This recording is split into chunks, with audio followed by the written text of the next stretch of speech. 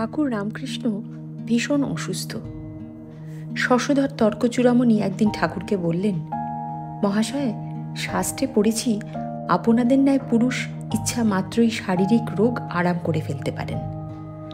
আরাম হোক মনে করে মন একাগ্র করে একবার অসুস্থ স্থানে কিছুক্ষণ রাখলেই সব সেরে যায়। আপনার একবার এইরূপ করলে হয় না?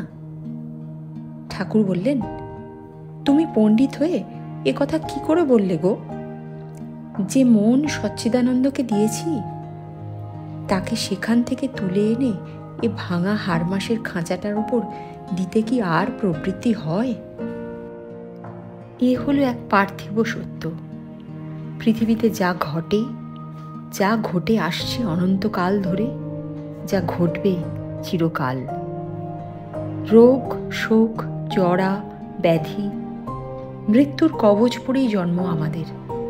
আমি এগোচ্ছি, আমার পাশে কাঁধে হাত রেখে পরম বন্ধুর মতো হাঁটছে মৃত্যু।